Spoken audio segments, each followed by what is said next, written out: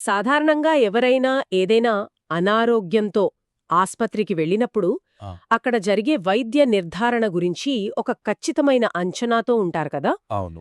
అదొక engineering process లాగా ఉండాలి అని ఆశిస్తారు. ఖచ్చితంగా. అంటే కాలు విరిగితే ఒక ఎక్స్రే తీస్తారు. అందులో విరిగిన ఎముక స్పష్టంగా కనిపిస్తుంది.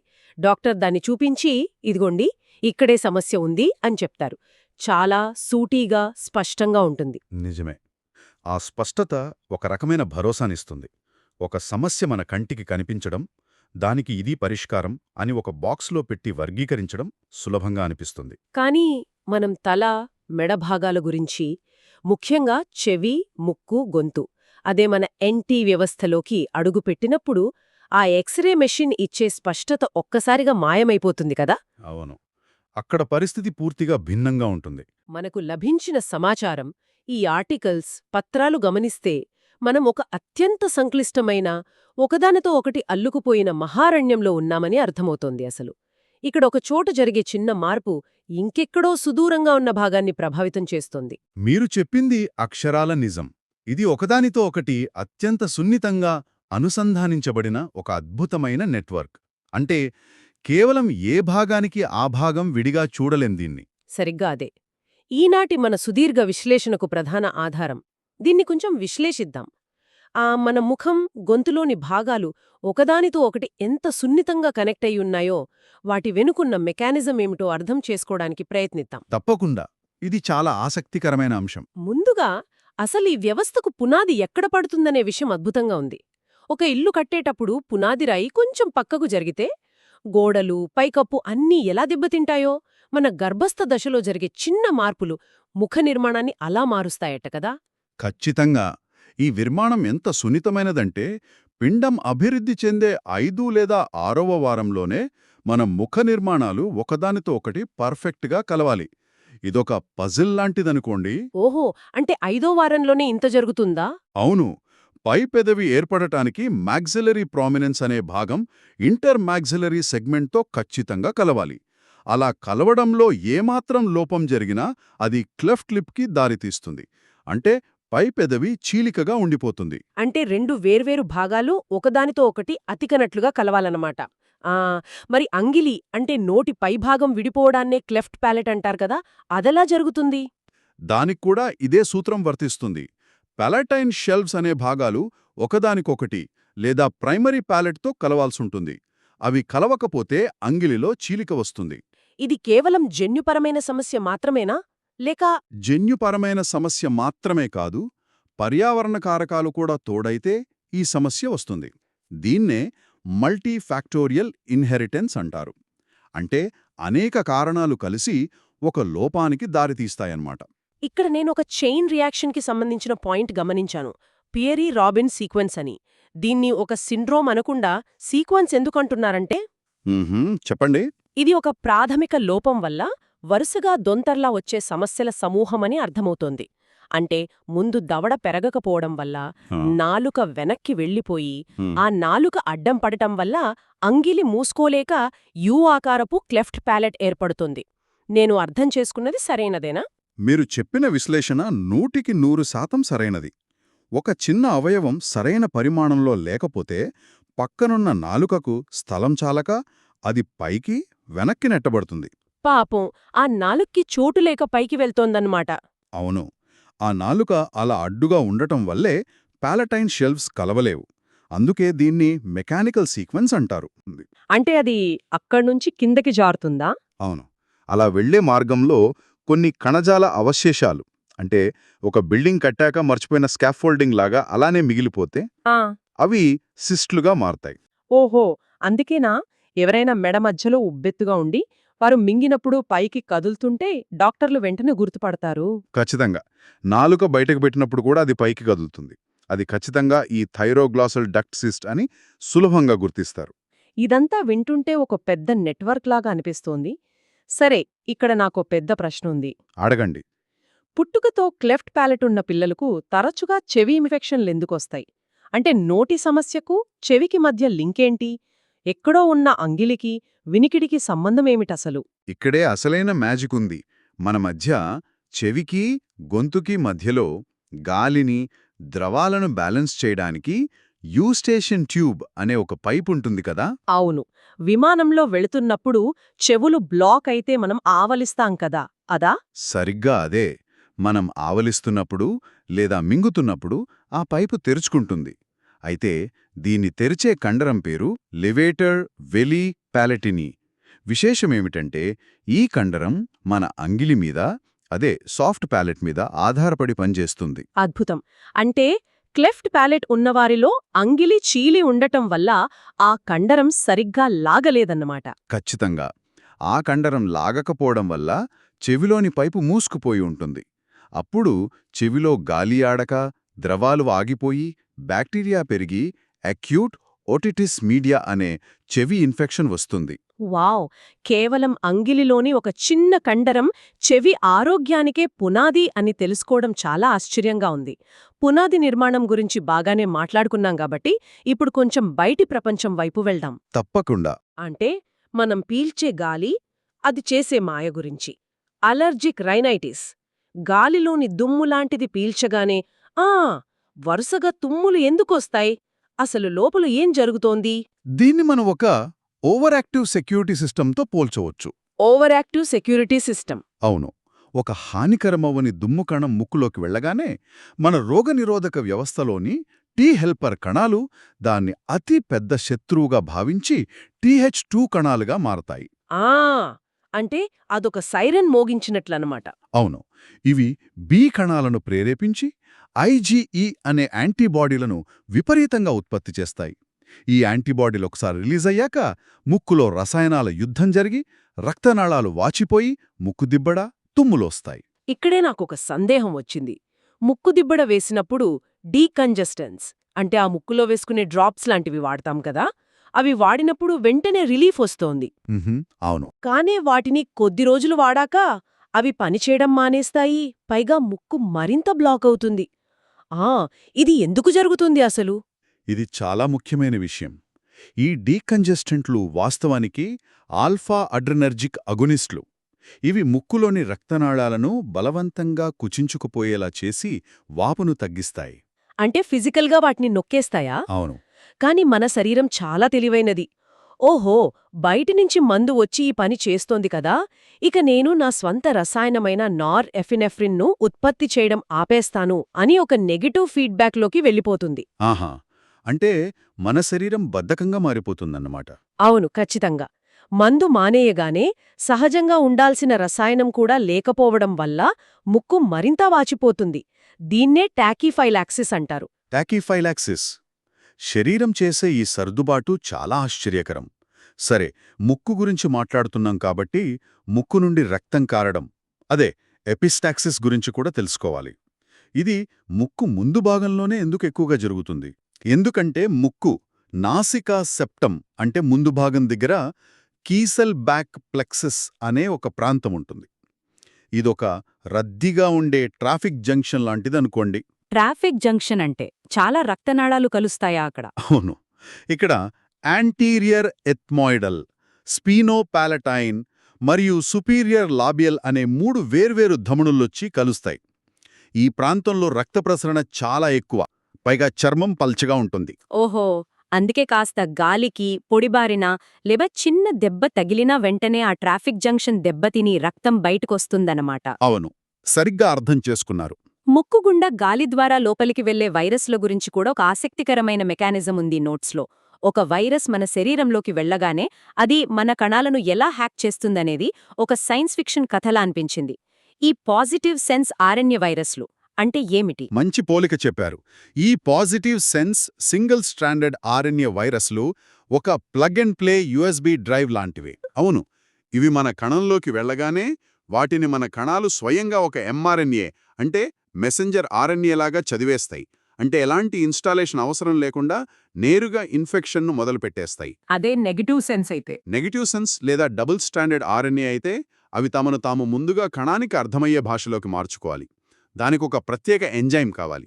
ఓహో, అంటే ఈ పాజిటివ్ సెన్స్ వైరస్లు చాలా వేగంగా దాడి చేస్తాయన్నమాట. చిన్నపిల్లల్లో వచ్చే క్రూప్ లాంటి శ్వాసకోశ ఇన్ఫెక్షన్లు కూడా ఇంతే వేగంగా వస్తాయి కదా.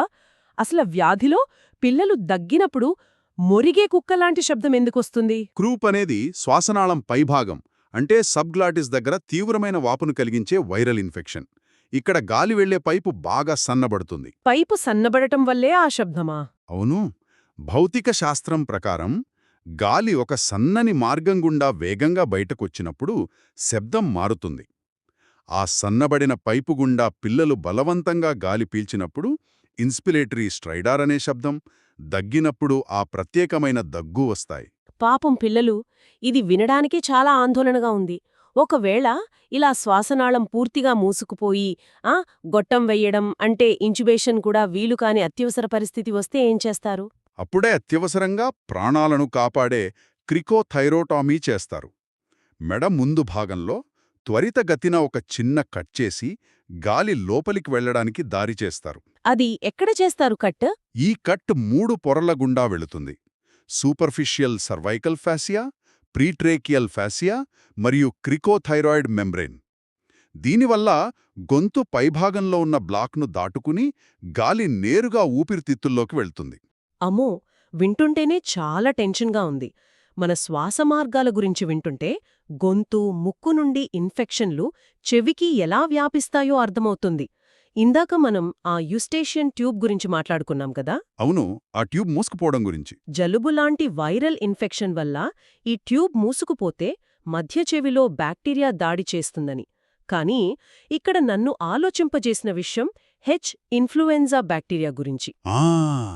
దీని గురించి చెప్పాలి. చిన్నప్పుడే దీనికి సంబంధించిన హిబ్ వ్యాక్సిన్ వేస్తారు కదా అందరికీ. అయినా దీనివల్ల చెవి ఇన్ఫెక్షన్లు ఎలా వస్తాయి? ఇది నాకర్థం కాలేదు. ఇది చాలా అద్భుతమైన మెకానికల్ పాయింట్ అండి.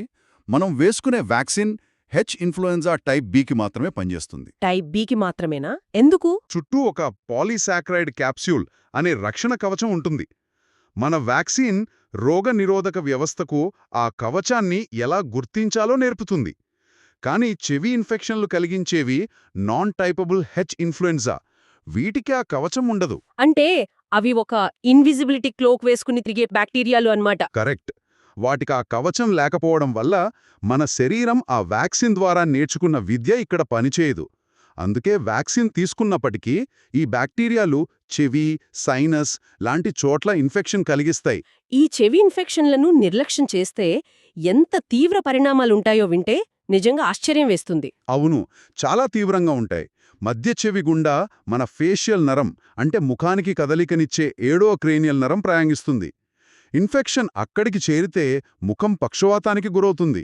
ముఖం పక్షవాతం కేవలం చెవి ఇన్ఫెక్షన్ వల్లనా? అంతేకాదు, అది ఇంకా లోపలికి ఎముకలను దాటి మెదడులోకి ప్రవేశిస్తే బ్రెయిన్ యాబ్సెస్ అంటే మెదడులో చీముగడ్డ ఏర్పడుతుంది. ఇది చాలా ప్రమాదకరమైన పరిస్థితి. బ్రెయిన్ ఇమేజింగ్లో చూస్తే ఈ చీముగడ్డ ఒక రింగ్ ఎన్హాన్సింగ్ లీజన్ లాగా, అంటే చుట్టూ ఒక తెల్లటి వలయంతో స్పష్టంగా కనిపిస్తుందని చదివాను నేను. జలుబుతో మొదలైన వ్యవహారం మెదడులో చీము వరకు వెళ్లగలగడం భయంకరంగా ఉంది. ఈ వ్యవస్థల అనుసంధానానికి ఇదొక భయంకరమైన ఉదాహరణ. అలాగే ముక్కుకి సంబంధించిన మరో విషయం అడగాలి. పిల్లల్లో ముక్కులో పాలిప్స్ అంటే కండ పెరగడం ఉంటే దాన్ని డాక్టర్లు ఎందుకు అంత సీరియస్గా తీసుకుంటారు? పిల్లల్లో నాసికా పాలిప్స్ రావడమనేది చాలా అసాధారణమండి. ఒకవేళ వారికి క్రానిక్ సైనసైటిస్తో పాటు పాలిప్స్ కనిపిస్తే వెంటనే అది సిస్టిక్ ఫైబ్రోసిస్ అనే జన్యుపరమైన వ్యాధి వల్ల ఏమో అని అనుమానించాలి. సిస్టిక్ ఫైబ్రోసిస్లో అసలు ఏం జరుగుతుంది? ఈ వ్యాధిలో శరీరంలోని స్రావాలన్నీ జిగురుగా గట్టిగా మారిపోతాయి.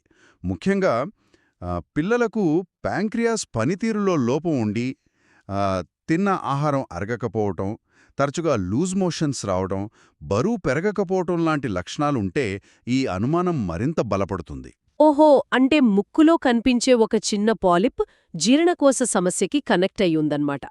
మధ్య చెవి, నాసికా మార్గాల గురించి విశ్లేషించాం. ఇప్పుడు లోపలి చెవి, వినికిడి మెకానిజం గురించి చూద్దాం. మన వెలుపలి చెవి కాలువలో ఓటిటిస్ ఎక్స్టర్నా అనే ఇన్ఫెక్షన్ వస్తుంటుంది. ఇక్కడ ఆసక్తికరమైన విషయమేమిటంటే ఈ చిన్న చెవి కాలువను 2 వేర్వేరు నరాలు పంచుకుంటాయి కదా. అవును, చెవికాలువ వెనుక భాగానికి వేగస్ నరం సెన్సేషన్ ఇస్తుంది. ఇదొక చిన్న కొమ్మ ద్వారా ఈ పని చేస్తుంది. ఇక కాలువలోని మిగతా భాగానికి ట్రైజెమినల్ నరం సెన్సేషన్ ఇస్తుంది. ఇక్కడే వృద్ధులైన మధుమేహ వ్యాధిగ్రస్తులలో వచ్చే మాలిగ్నెంట్ ఓటిటిస్ ఎక్స్టర్నా గురించి మనం ఖచ్చితంగా మాట్లాడుకోవాలి. కేవలం చెవిలోకి చేరే ఒక బ్యాక్టీరియా అంత ప్రాణాంతకం ఎలా అవుతుంది? మధుమేహం వల్ల వృద్ధుల్లో రక్త ప్రసరణ మరియు రోగనిరోధక శక్తి చాలా తగ్గిపోయి ఉంటాయి. సూడోమోనాస్ ఎరుగినోసా అనే బ్యాక్టీరియా ఇటువంటి బలహీనమైన వాతావరణం కోసం కాచుకొని ఉంటుంది. అది ఎలా డ్యామేజ్ చేస్తుంది? ఇది చెవి కాలువలో ప్రవేశించి అక్కడ నుండి ఎముకల్లోకి చొచ్చుకుపోతుంది. విపరీతమైన నొప్పి, చీము కారడం మరియు లోపల మాంసం గడ్డకట్టడం, దాన్నే గ్రాన్యులేషన్ టిష్యూ అంటారు గదా, లాంటివి జరుగుతాయి. ఇది మామూలు ఇన్ఫెక్షన్ కాదు, ఎముకలను తినేసే ప్రాణాంతకమైన ఇన్ఫెక్షన్. చాలా భయంగా ఉంది వింటుంటే. సరే, వినికిడి లోపాన్ని గుర్తించే రిన్నే మరియు వెబర్ టెస్ట్లు ఎలా పనిచేస్తాయో ఒకసారి చూద్దాం. వినికిడి లోపమంటే కేవలం చెవుడనే అనుకుంటారందరూ. కానీ అందులో దారి మూసుకుపోవడం ఒకటైతే లోపలి నరం పాడవడం మరొకటి. కరెక్ట్. ఈ రెండు టెస్టులు వాటిని అద్భుతంగా వేరు చేస్తాయి. దీన్ని సింపుల్ మెకానిక్స్ అర్థం చేసుకోవచ్చు. ఎలా? కండక్టివ్ హియరింగ్ లాస్లో, అంటే గాలి ద్వారా వెళ్లే మార్గంలో ఏదైనా అడ్డంకి ఉన్నప్పుడు ఎముక ద్వారా పంపే శబ్దం చాలా స్పష్టంగా వినిపిస్తుంది. దీన్నే రిన్నే టెస్ట్ అబ్నార్మల్ అంటారు. ఎందుకంటే ఎముక ఆ అడ్డంకిని దాటుకుని నేరుగా నరానికి శబ్దాన్ని చేరవేస్తుంది. అదే వెబర్ టెస్ట్ చేసినప్పుడు ఆ శబ్దం పాడైన చెవివైతే గట్టిగా వినిపిస్తుంది. మరి నరం పాడైతే, అంటే సెన్సోరియోన్యూరల్ లాస్లో ఏం జరుగుతుంది? నరమే దెబ్బతిన్నప్పుడు మీరు గాలి ద్వారా పంపినా, ఎముక ద్వారా పంపినా శబ్దం వినిపించదు.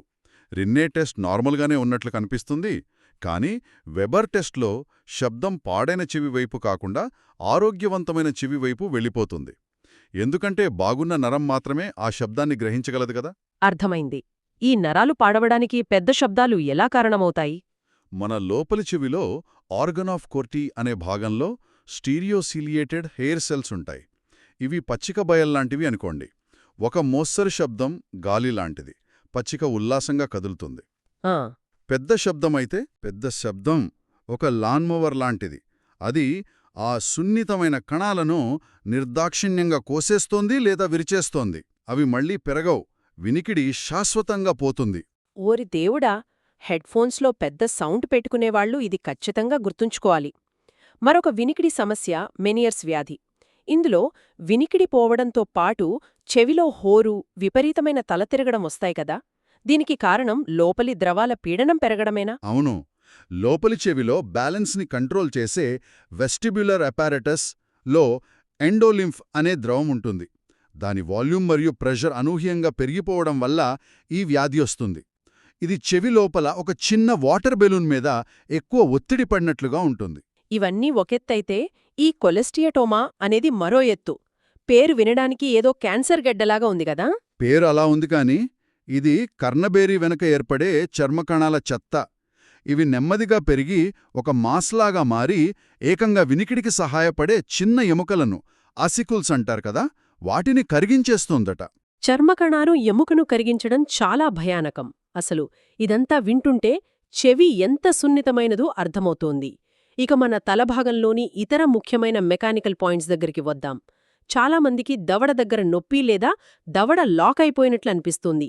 ఈ టీఎంజే డిజార్డర్స్కి ఆ లాటరల్ టెరిగైడ్ కండరానికి ఉన్న లింక్ ఏమిటి? దవడ కీలు కదలికలు చాలా ప్రత్యేకమైనవి. మన దవడను ముయ్యడానికి చాలా కండరాలు పనిచేస్తాయి. కానీ దవడను కిందికి దించడానికి, అంటే నోరు తెరవడానికి సహాయపడే ఏకైక కండరం ఈ లాటరల్ టెరిగైడ్. అంటే నోరు తెరిచేది ఒకే ఒక కండరమా? అవును. నోరు గట్టిగా తెరిచినప్పుడు కీలు కొంచెం ముందుకొస్తుంది. ఆ సమయంలో ఈ కండరం స్పాజముకు, అంటే బిగుసుకుపోవడానికి గురైతే ముందుకు వచ్చిన దవడ తిరిగి వెనక్కి వెళ్లలేదు. దాన్నే యాంటీరియర్ డిస్లోకేషన్ అంటారు. అంటే దవడ లాక్ అయిపోయి నోరు మూసుకోలేని పరిస్థితి వస్తుందన్నమాట. చాలా ఇబ్బందిగా ఉంటుందది.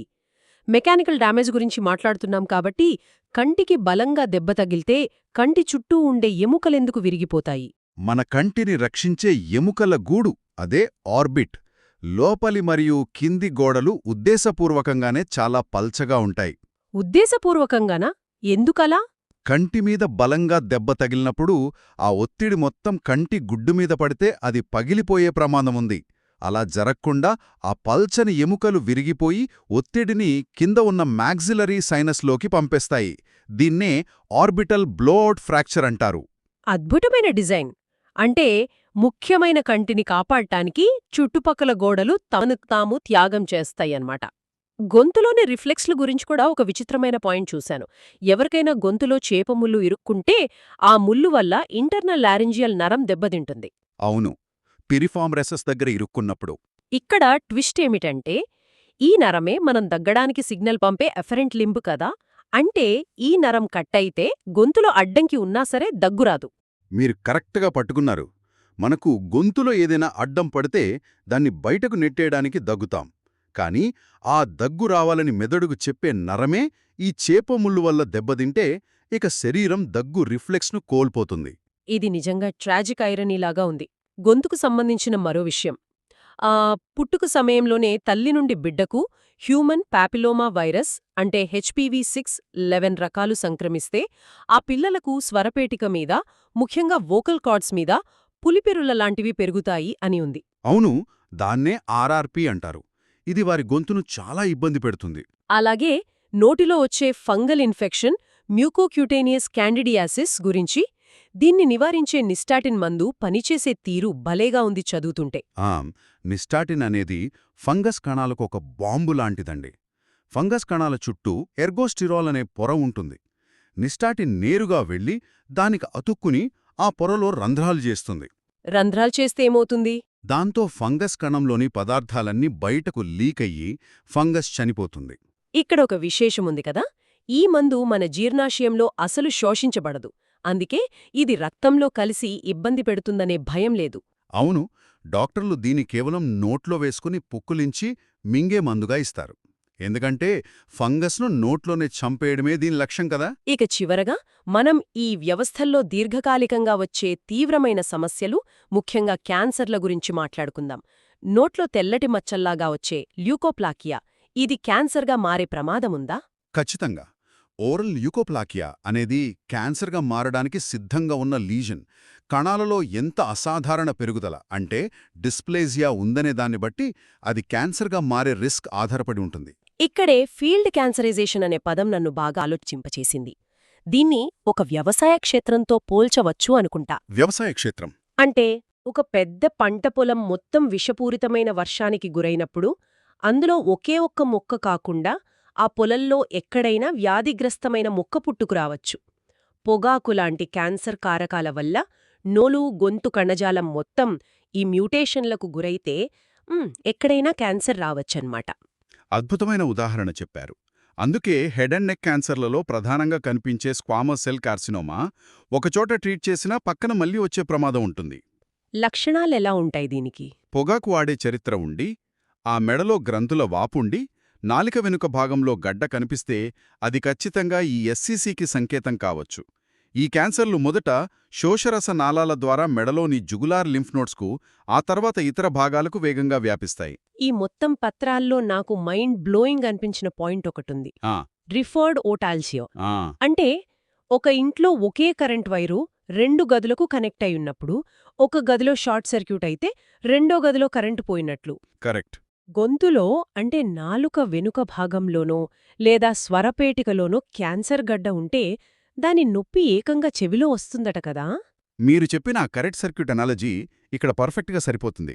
మన శరీరంలో గ్లాసోఫారెంజియల్ అంటే 9వ నరం మరియు వేగస్ అంటే 10వ నరం, ఈ 2 నరాలు గొంతుకి మరియు చెవికి రెండింటికి సప్లై చేస్తాయి. ఓహో, అంటే వైరింగ్ ఒకటే అన్నమాట. అవును, గొంతులో క్యాన్సర్ గడ్డ ఆ నరాలను నొక్కినప్పుడు మెదడు ఆ సిగ్నల్ను తప్పుగా అర్థం చేసుకుని, ఓహో, నొప్పి చెవి నుంచి వస్తోంది అని చెవిలో తీవ్రమైన నొప్పిని కలిగిస్తుంది. అంటే చెవిలో ఏ సమస్య లేకపోయినా సరే చెవి విపరీతంగా నొప్పి పెడుతుందన్నమాట. ఇది నిజంగా ప్రాణాలను కాపాడే సమాచారం. నాజోఫారెంజియల్ క్యాన్సర్ కూడా ముక్కు వెనుక భాగంలో ఉండి మనం మొదట్లో మాట్లాడుకున్న ఆ యూస్టేషన్ ట్యూబ్ను మూసివేస్తుంది కదా. అవును, అప్పుడు చెవిలో ద్రవాలు చేరి వినికిడి కూడా తగ్గిపోతుంది. చివరిగా ఒక సర్జికల్ ప్రమాదం గురించి ప్రస్తావిద్దాం. థైరాయిడ్ క్యాన్సర్ సర్జరీ చేసినప్పుడు ఒక్కోసారి పేషెంట్కి శాశ్వతంగా గొంతు బొంగురుపోవడం జరుగుతుంది కదా. హా. ఇది ఎందుకవుతుంది? థైరాయిడ్ గ్రంథికి రక్తాన్ని అందించే ఇన్ఫీరియర్ థైరాయిడ్ ఆర్టరీకి అతి దగ్గరగా దాదాపు దాన్ని అల్లుకున్నట్లుగా రికరెంట్ లారింజియల్ నరం వెళ్తోంది. అంటే ఆ రక్తనాళం పక్కనే ఉంటుందా? అవును. సర్జరీ చేసేటప్పుడు ఎంతో నైపుణ్యం ఉన్నప్పటికీ ఆ రక్తనాళాన్ని ఆపే క్రమంలో పొరపాటున ఈ నరం దెబ్బతింటే అది నేరుగా వోకల్ కార్డ్ పక్షవాతానికి దారితీస్తుంది. అందుకే ఇది చాలా సున్నితమైన సర్జరీ. ఈనాటి విశ్లేషణలో గర్భంలో ముఖమేర్పడే అద్భుతమైన విధానం దగ్గర్నుంచి మనం పీల్చే గాలి, మనం వినే శబ్దాల వెనుక ఉన్న సున్నితమైన నరాల నెట్వర్క్ను మరియు క్యాన్సర్ల వంటి తీవ్రమైన సమస్యల వరకు ప్రతీదీ చాలా వివరంగా చర్చించాము. అవునండి, చాలా అంశాలు కవర్ చేశాం మనం. చెవి, ముక్కు మరియు గొంతు కేవలం విడివిడి భాగాలు కావు. అవి కండరాలు, నరాలు, రక్తనాళాలు మరియు గొట్టాలతో సంక్లిష్టంగా అల్లబడిన ఒకే మహావ్యవస్థ అని ఇప్పుడు మనకు స్పష్టంగా అర్థమవుతోంది. ఖచ్చితంగా. అవన్నీ ఎంత అద్భుతంగా పనిచేస్తాయో, వాటి వెనుక ఎంత భౌతిక మరియు రసాయన శాస్త్రముందో ఇప్పుడు మనం స్పష్టంగా చూడగలం. ముగింపుగా ఒక ఆలోచన ఎవరైనా పరిగణనలోకి తీసుకోవాలి. ఒక సాధారణమైన చెవి నొప్పి అనేది కేవలం చెవికి మాత్రమే పరిమితం కాకపోవచ్చు. అది గొంతులో లేదా తలభాగంలో ఇంకెక్కడో జరుగుతున్న ఒక పెద్ద యుద్ధానికి సంకేతం కావచ్చు. మన ముఖం మరియు మెడభాగాలను చూసే విధానాన్ని ఈ సమగ్ర చర్చ ఖచ్చితంగా మార్చివేస్తుందని ఆశిద్దాం. మన శరీరంలోని ఈ అద్భుతమైన కనెక్షన్ల గురించి ఒక్కసారి ఆలోచించండి. బహుశా మన శరీరం మనకు చెప్పే భాషను మనం ఇంకా బాగా అర్థం చేసుకోగలమేమో. ఆలోచించండి.